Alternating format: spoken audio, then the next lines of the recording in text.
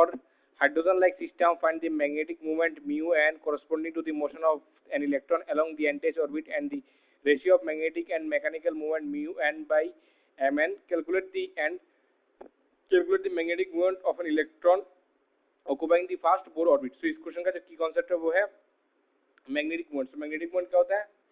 So I am writing की concept. वो क्या होता है? वो होता है magnetic moment. So magnetic moment क्या होता है? So magnetic moment is the magnetic strength. Magnetic moment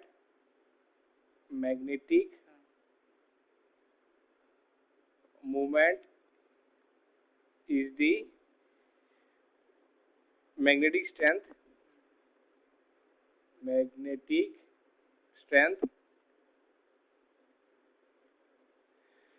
and orientation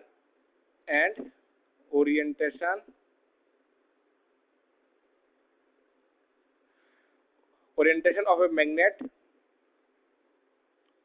or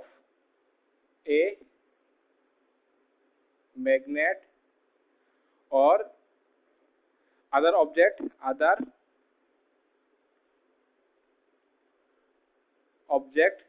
that produces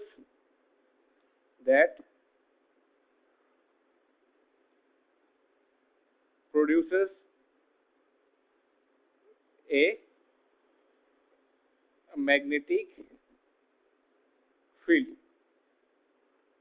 So now come to solution. So let's say यहाँ पर एक इलेक्ट्रॉन है. Let's say this is an orbit. इसमें एक electron है जो कि v वेलोसिटी से इस ऑर्बिट में मूव कर रहा है और इस ऑर्बिट का रेडियस कितना है? लेट्स से इसका रेडियस है r और इस इलेक्ट्रॉन का चार्ज कितना है? लेट्स से इसका चार्ज है e और इसका टाइम पीरियड कितना है घूमने का? लेट्स से टाइम पीरियड है t. सो इस लूप पे करंट कितना होगा? करंट होगा I is equal to E by charge upon time period. I is equal to E by t. Let's say this is number equation number 1. So इस loop का radius कितना, sorry area कितना होगा? Area कितना होगा? A is equal to होगा पाई r square. Let's say this is equation number 2. So now इस electron का वेलोसिटी कितना है? v. सो हम लोग वेलोसिटी लिख सकते हैं v is equal to 2 pi r upon t. So now इसको मैं ऐसे लिख सकते हैं pi r is equal to pi r by t is equal to v by 2 ऐसे लिख सकते हैं हम लोग. सो नाउ मैग्नेटिक मोमेंट कितना होगा? मैग्नेटिक मोमेंट म्यू1 कितना होगा? Magnetic moment mu is equal to कितना होता है? I into a. सो I कितना है? I है e by t into pi r square. So now हम लोग यहाँ से पाई आर बाई टी का वैल्यू पुट कर सकते हैं. तो पाई आर का वैल्यू पुट करने के बाद म्यू का वैल्यू क्या आएगा? म्यू इज इक्वल टू आएगा e b r by 2. So now magnetic movement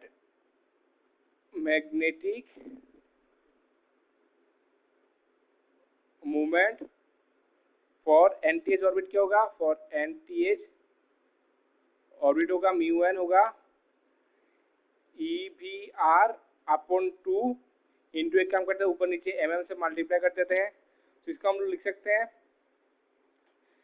so यहाँ पर लिख सकते हैं e by 2m into m v r. So m v r is equal to कितना होता है हम लोग को पता है? M v r is equal to होता है एन इंटू एच कट. तो इसको हम लिख सकते हैं e by 2m n h cut. ये है म्यू एन का value. So now let's say this is equation number let's say 3. So now mechanical moment क्या होगा? Mechanical moment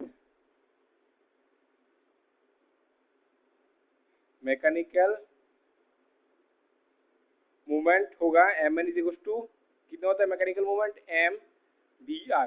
so m b r is equal to हम लिख सकते हैं n h cut. Let's say this is equation number 4. So now हम लोग को निकलना है अभी mu n divide by m n. So कितना आएगा? N h cut e upon 2m divide by n of h cut. तो इसको कैलकुलेशन करने के बाद आएगा e बाई 2m. सुनो एक वैल्यू मिल गया, एक का आंसर मिल गया. दूसरा हम लोग क्या पूछा? Calculate the magnetic moment of electron occupying the first Bohr orbit. So now इस केस में फर्स्ट बोर ऑर्बिट बोला. सो इस केस में n इज इक्वल टू कितना होगा? 1 होगा. So now for the first Bohr orbit magnetic moment क्या होगा? Mu one is equal to n h cut e upon 2m. इस केस में n इज इक्वल टू क्या पुट करेंगे? 1। सो हम लोग म्यू वन क्या आएगा, म्यू वन आएगा एच काट ई अपॉन 2m। सो एच काट क्या होता है, एच काट होता है, एच काट इज इक्वल होता है एच बाई 2 पाई, और एच क्या है, एच प्लैंक कांस्टेंट। सो ना हम लोग लिख सकते हैं एच ई 2m इंटू 2 पाई।